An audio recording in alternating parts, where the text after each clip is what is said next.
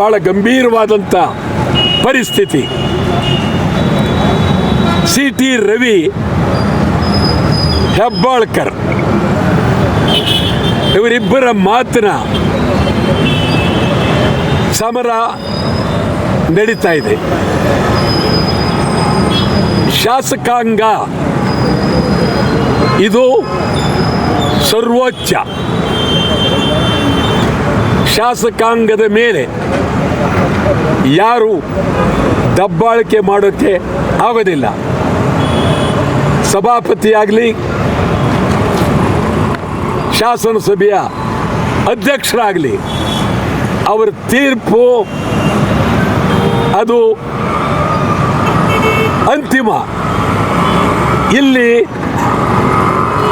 ಹೊರಟ್ಟಿಯವರು ಸಭಾಪತಿಯಾಗಿದ್ದಾರೆ.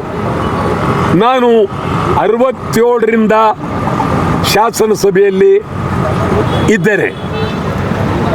ನಾನು ನನ್ನ ಮಾತು ಬಾಯಿ ತಪ್ಪಿಯೂ ಎಂದು ಒಂದು ಶಬ್ದ ಸಂಸದೀಯ ವಿರೋಧಿಯಾಗಿ ಮಾಡಿಲ್ಲ.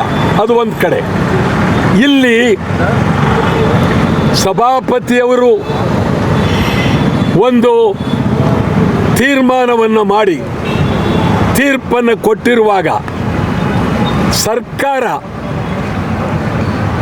COD ತನಿಖೆಯನ್ನು ಮಾಡತಕ್ಕಂಥದ್ದು ಶಾಸಕಾಂಗದ ಮೇಲೆ ದಬ್ಬಾಳಿಕೆ ಆಗುತ್ತೆ. ಒಳ್ಳೆಯ ಸಂಸ್ಕೃತಿ ಅಲ್ಲ. ನಾನು ಒಬ್ಬ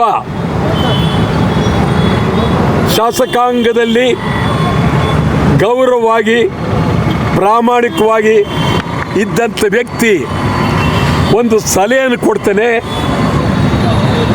ಹೊರಟ್ಟಿಯವರ ಜೊತೆ ರಾಜ್ಯದ ಗೃಹ ಮಂತ್ರಿ ಪರಮೇಶ್ವರ ನನ್ನ ಸ್ನೇಹಿತರೆ, ಅವರಿಗೆ ಸಲಹೆ ಕೊಡ್ತೀನಿ. ಮುಂದುವರಿಬೇಡಿ. ಇದು ಮುಂದಿನ ದಿನದಲ್ಲಿ ಶಾಸಕಾಂಗದ ಮೇಲೆ ಪರಿಣಾಮ ಬೀರುತ್ತೆ. ನೀವಿಬ್ಬರೂ ಗೋಪ್ಯವಾಗಿ ಒಂದು ಕಡೆ ಕುಳಿತು, ಈಗ ಅವರು ಸಭಾಪತಿಯವರು ತೀರ್ಪು ಕೊಟ್ಟಾಗೋಗಿದೆ. ಆ ತೀರ್ಪನ್ನು ನೀವು ಪ್ರಶ್ನೆ ಮಾಡೋಕ್ಕಾಗೋದಿಲ್ಲ. ಇಲ್ಲಿ CT ರವಿ ಪ್ರಶ್ನೆ ಬರೋದಿಲ್ಲ. CT ರವಿ ಬಾಯಿ ಭದ್ರ ಇಲ್ಲ, ನಾವೇನು ಮಾಡೋಕ್ಕಾಗಲ್ಲ. ಅದ್ರ ಬಗ್ಗೆ ನಾನು ಮಾತಾಡೋಕ್ಕೆ ಹೋಗಲ್ಲ.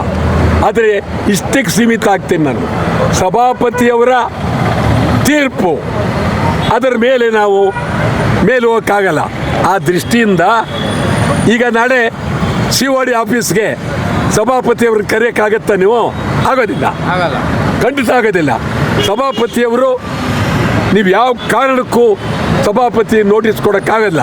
ಆದ್ದರಿಂದ ನೀವಿಬ್ಬರು ರಾಜ್ಯದ ಹಿತದೃಷ್ಟಿಯಿಂದ ಎಲ್ಲಕ್ಕಿಂತ ಹೆಚ್ಚಾಗಿ ಶಾಸಕಾಂಗದ ಸರ್ವೋಚ್ಚ ಸಾರ್ವಭೌಮದ ಹಿತದೃಷ್ಟಿಯಿಂದ ಗೋಪ್ಯವಾಗಿ ಕುಳಿತು ಮಾತನಾಡಿ ಸಮಸ್ಯೆಯನ್ನು ಇತ್ಯರ್ಥಪಡಿಸಬೇಕು ಅಂತೇಳಿ ಒತ್ತಾಯ ಮಾಡ್ತೀನಿ. ನಮಸ್ಕಾರ.